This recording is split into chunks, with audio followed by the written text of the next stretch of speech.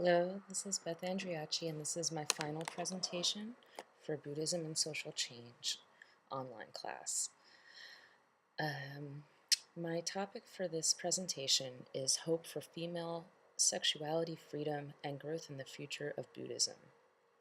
I wanted to explore the topics we discussed in class, including Buddhism and sexuality, including the role of the woman, and Buddhism in the future, as well as what the possible role for the women in the future could be. I feel that now the woman, although able to become a monk in some communities and respected in most communities, are not equal in their amount of rights and privilege in the communities they are a part of. I have issues with anything that has a concept that women are not equal to men, and this exists all over the place. But I have found a way of working with this discrimination instead of against it, which is harder.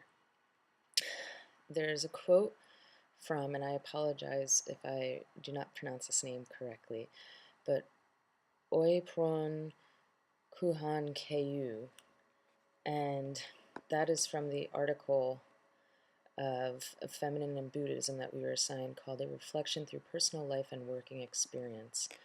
And in this he states, "We do not have ordination for women in Thailand, since Thai nuns have not been recognized legally or socially as ordained women. Their status is the lowest of all women because they do not belong to any category of women, either within the lay or monastic communities. This seems hypocritical to me, and it's a little confusing being an outsider of the Buddhist community, and I will explore this later on in this presentation. Another thing that is kind of peculiar to me is the issue of non-attachment as a philosophical concept for Buddhism practice, and that the idea or notion that your desires drop away on their own if you are enlightened, and that feels against the natural instincts a woman feels to nurture people in her community. There does seem to be another hypocritical component to this, in that the role of the woman seems to include attachment in the nature of its very own values. Again, another quote from the same article by Kuang Hu says, "Whereas rural boys have access to education and resources through the monkhood, girls do not have the same opportunity because there is no ordination for women. To pay gratitude to parents in particular, to provide economic security, they have very few choices. To become a maid, a factory worker, or a prostitute, because boys repay gratitude to their parents by being ordained in their youth, they fulfill their duty early in life. A girl's way to repay gratitude to her parents is usually to take care of them when they are old." I feel that this shows that there is an indebtedness to others, and I feel that that's hypocritical somewhat to the stance that Buddhism has, that there is no other, we are all the same self. And also, again, with the non-attachment, I feel there is a confusion there, so you can have attachment to parents but not partners. It's a bit of a gray area for me, but I am willing to explore it more. The next issue I want to discuss is sexuality and how it is seen in Buddhist practice. The first topic of this I will include is mindfulness and the concept of healthy sexual activities. From our class discussion, I'm going to paraphrase something I wrote as a comment that I'm still exploring for myself and my understanding of how Buddhism sees sexuality and the role of women. I said, "Buddhism is difficult to grasp from a scientific psychological perspective sometimes. I went to Rutgers University for my undergrad and child development. I had a much different culture to mold my thoughts against the norms or set standards for anything, aka establishment. I didn't agree with that camp completely, but took away great ways of thinking and some amazing knowledge and skills. However, I came to CIIS for a reason and appreciate what I have been learning about Eastern traditions, as well as broadening my cultural walls. So perhaps some things can be cleared up for me here, and among those who know more than me in the ways of Buddhism. How do you see the role of relationship in Buddhism, and do you have partners or aspire to have children, or do you not?" Another part of this I wish to explore is Many cultures in the world view tribal living, physical intimacy, and love of all as the natural way of being and a way of great happiness and satisfaction in life, a way of enlightenment even, if you will. I don't know if I can agree with any limitations on one's sexuality as well as desires, though I agree with moderation as the highest goal of self-discipline. I feel there is a reward to allowing the body and mind indulge in what it desires and what it wants instinctively. I try to listen to my instincts and follow them closely through the good and the bad.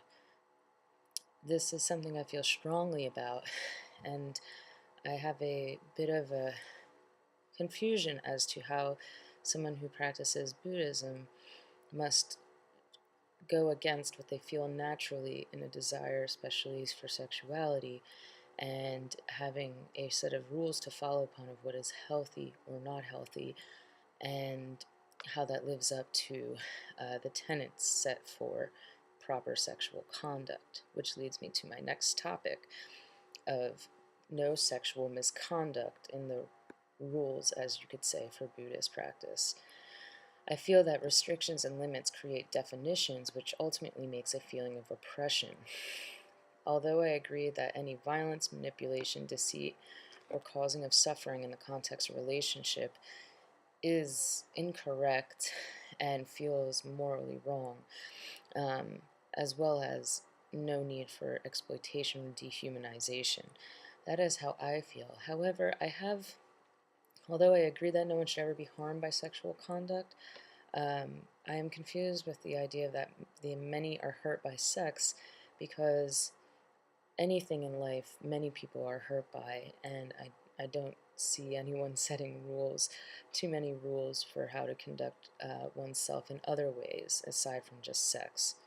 So I feel that there needs to be more of a universality in this concept for it to feel more logically correct.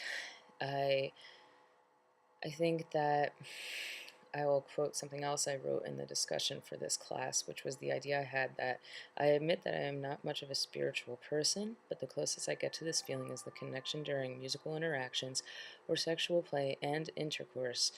I refuse to tolerate limitations on what I see as a gift of connection and oneness with all things, even if for only a few moments, hours, or etc. I have felt so whole in these moments, though I can see the concern and attachment or dependence. I think that this is something that is very strongly connected to how I feel, that I don't feel like I should deprive myself of the feeling of satisfaction. And so I have somewhat of a cynical attitude towards something that tries to create these barriers for someone in their life. A quote I wanted to bring mention here is by Winton Higgins in his article about Buddhist sexual ethics, which we read for week number 8's readings. And he says that it is also the responsibility of the dominant to ensure that the submissive is not consenting to an act that is not in his or her best long-term interests. Neither party should indulge in heavy drinking or drug taking, as this can impair judgment.